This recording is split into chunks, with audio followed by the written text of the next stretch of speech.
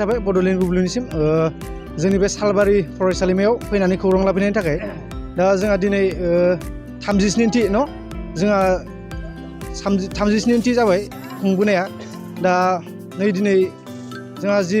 कभिडनि नेमखान्थि बेजों मानिनानै सोलिनानै जा स्टुडेन्टफोर बिसोर गासैबो फैदों आरो जिखिनि मानसि फैनांगौ बेखिनिया फैदों SOPखौ मानिनानै आरो जिखिनि मानसि जानांगौमोन बेखौ जोङो बोथोरखौबो नायनानै लाजोबनो हायाखै एबा लिंहरजोबनो हायाखै दा थिग बेबायदिनो मोजाङै सोलिदो दा आरो फैबाय दं मानसिफोरा आरो जानायनि बेबस्थाया जोंहा बायदि बायदि रोखोम दं आरो थिग बेबायदिनो सारमोनाबो मोजां मोनदों मेडाममोनाबो मोजां मोनदों बेनिखायनो गासिखौबो साबायखर होबाय गेवलांमेल जेबो लानाय जायाखै जोंहा सरस्वती जोबनायनि उनाव जोंहा केबिनेट मिटिं जागोन दसे उनाव बेखिनियानो रावबो फैनाय नङा गेस्ट हिसाबै रावखौबो लिंहरनाय जायाखै ट्रेडिसनेल कम्पिटिसन लादो जाय बांसिन देलायनानै फैनो हायो बेनो जोङो बान्था होनाय जागोन थिग बेबायदिनो गार्ल्सनि मोनसे आरो बयसनि मोनसे लानाय जादों बेयाव जों कम्पिटिसन रखम जागोन बे मोनसे कम्पिटिसनानो होनजासिगोन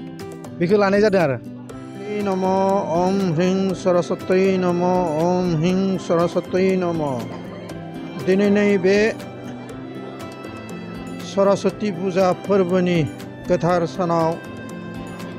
सालबारि फरायसालिमाया मोजां हाबाफारि लानानै दिनैनि फुजा फोरबोखौ खुंनाय जादों बे फुजा फोरबोआवहाय जोंहा दौरि दौसि लिंनानै लाबोनानै जोंनि फरायसालिमानि फोरोंगुरु लोगोसे गासै फरायसाफोरनि बोर बान्सा होनो थाखाय जों दिनै थियारि खालामनायजों लोगोसे हाबाफारिफोरखौ मावफुंनाय जागासिनो दङ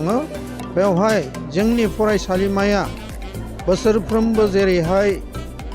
फालिबोदों बेफोरबायदिनो देग्लायनि बोसोरावबो मोजां रोखोमै खुंफुंनो हानायखौ जों नुनो मोन्दों आरो देग्लायो जोंनि फरायसालिमानि गासै फोरोंगुरु गासैबो फरायसाफोरा फैजोबनायखौ जों नुनो मोनगासिनो दङ लैहोर लैहोर बोथोर गाज्रिनि मादावब्लाबो बोथोर गाज्रि अखा बोथोरखौ नेवसिनानैब्लाबो दिनै जोंनि फरायसाफ्रा दिनै खुलुमनो फैदों बोर बिनो फैदों बे बोर बिनायाव खुलुमनायाव बिथांमोननि गोसोनि जिथु हास्थायनाय मानसि जानो जिथु लुबैनाय जिथु थांखि मिजिं दं बेफोरखौ गासैखौबो जाफुंनायाव जोंहा बिमा सरस्वतीया बोर होगोन होननानै जों सानो आरो मिजिं थियो आरो लोगोसे दिनै जा गियाननि बे बाख्रिखौ सोलोंथाइनि जि रोंगौथि बे रोंगौथिखौ जोंनि फरायसाफोरनो नांगौ बायदि होफुंजोबनो हागोन होननानै जोङो मिजिं थिदों आरो जोंनि फरायसालिमाया नै फैगौ बारनिफ्राय थाखानाय आर्ट्स स्ट्रिमजों लोगोसे साइन्स स्ट्रिमा जानो थांबाय दं बेवहायबो मोजां रोखोमै जाफुंनायाव आइ बिमा सरस्वतीया जोंखौ मदद आरो हेफाजाब होगोन होननानै जों मिजिं थिदों आरो जेरैबायदि रायजो राजाया सालबारि साब डिभिजन एबा सालबारिनि एबा बिटिआरनि एबा आसामनि जा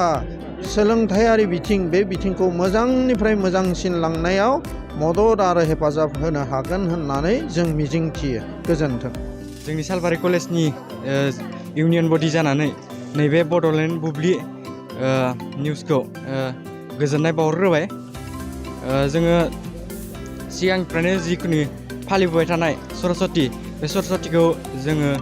देग्लायबो जोबोद मोजाङैनो खुंफुंनाय जादों कभिड-19नि जिखिनि नेमखान्थि बे नेमखान्थिखौ मानिनानै जोंनि सालबारि कलेजाव नैबे हाबाफारि सरस्वती बिमा सरस्वतीखौ जोङो फालिनाय जादों जिहेथु कभिड-19नि माबा दं नालाय जों बेफोरबायदि बांद्राय प्रग्राम लानाय जायाखै जोङो खुलुमनाय हाबाफारि लानाय जादों आरो लोगोसे बिदिनो जानाय लोंनाय हाबाफारि लानाय जादों लोगोसे जोङो जायफोर फरायसुला फरायसुलिया साबसिन देलायनानै फैनानै गावनि आब्रुथिखौ लाखिनानै साखोन सिखोनै फैनो हादों बिथांमोनखौ जोङो जोंनि इउनियन बडिनिफ्राय बान्था होनाय हाबाफारि लानाय जादों मोनसे गोजोनथाव खौरां। चिरां जिल्लानि सिङाव थानाय बिजनी महकुमानि 1 नं बेथागाव गामियाव थानाय जिजास मेरी स्कुलाव 3 फोरोंगिरिनि गोनांथि जानानै फैदों। गोसो गुदुं बिजाथिफोरा बे पस्टनि थाखाय एप्लाइ खालामनो हागोन। बे पस्टआव एप्लाइ खालामनो थाखाय गोनांथि जानाय क्वालिफिकेशना जाबाय इंलिश आयदायाव MA पास जानाय जानो नांगोन। मेथ्स आरो फिजिक्स आयदायाव MSc पास जानाय जानो नांगोन। बिजाथिफोरा 15 फेब्रुआरि 2022 इं अक्ट'सिमनि गेजेराव गावबागाव बाय'डाटाखौ फरायसालियाव गथायहैनो हागोन। बाय'डाटाखौ लाखिखांनायनि उनाव सानसे बिजाथिखौ इन्टारभिउनि थाखाय लेंहरनाय जागोन। फोरोंथाय फोथाराव एक्सपिरियेन्स थानाय आरो नेट BEd गोनां बिजाथिनो 12,000निबो बारा दानबान्था होनायनि राहा लानाय जागोन। गोबां मिथिनो थाखाय नोंथांमोनहा गाहायाव होनाय जानबुं नाम्बाराव खौरां लाहरनो हागोन। जानबुं नाम्बार 8638992811।